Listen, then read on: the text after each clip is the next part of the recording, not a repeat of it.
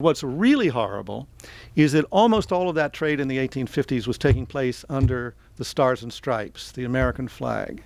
And the reason for that was that going back to the War of 1812 and before, the Americans said the British could not search American flag vessels. And the Americans refused to sign any treaty of mutual search for suspect slavers.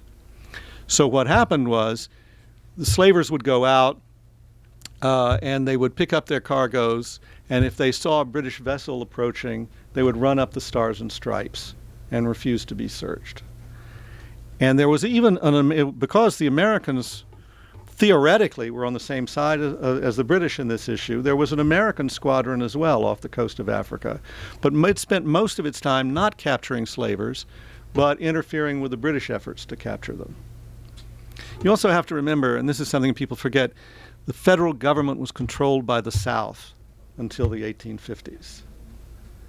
That was what the South didn't want to lose. That's why there was so much anger and paranoia and fear in the South in the 1850s, is because they saw they were going to lose control of the Senate.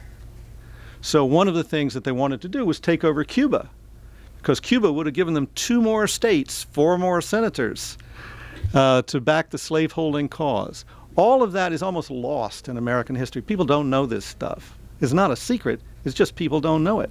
If you know it, it starts to tell you a hell of a lot of things. It tells you why the Cubans feel the way they do about a lot of issues. It tells you, how corrupt the North was as well as the South, and how much it was implicated in the horrors of the slave trade. You know, when people talk, if you go look on, I'm sure they've got books on the slave trade here, they're almost all going to be about slave trade in the 18th century and early 19th century.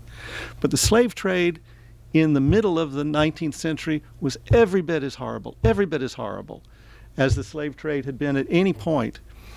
They would take on, and there were examples of people starting to reopen the slave trade with Africa. The Wanderer, the Clotilda, other boats that the British were reporting on would pick up 400, 500, 600 slaves and lose 150, 200, 250.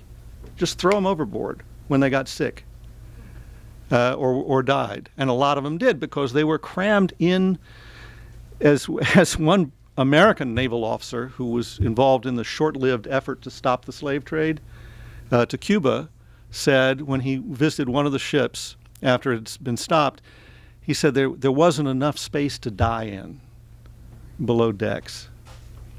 And this is what the secessionists wanted to reopen. This is what they were arguing was good. And that's why there's a chapter in the book where a ship called the Echo, or also called the Putnam, was brought into Charleston Harbor. And it stank.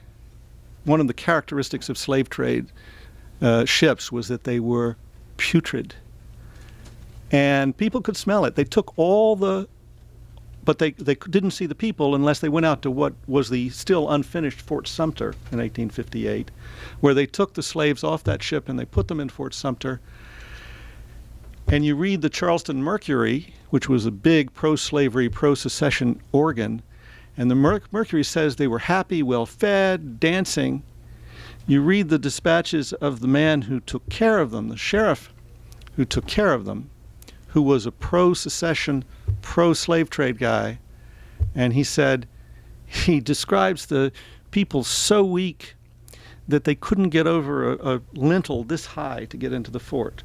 They would have to sit down and swing their legs over, and dying one after another, after another, after another.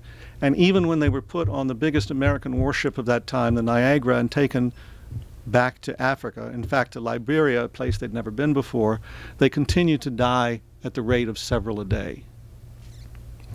So when anybody tells you that it's not about slavery, oh hell yeah, it was all about slavery. So.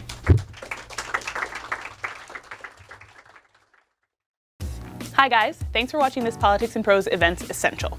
We are a bookstore, so if you're interested in checking out the books featured in this video, click here to buy it from our website.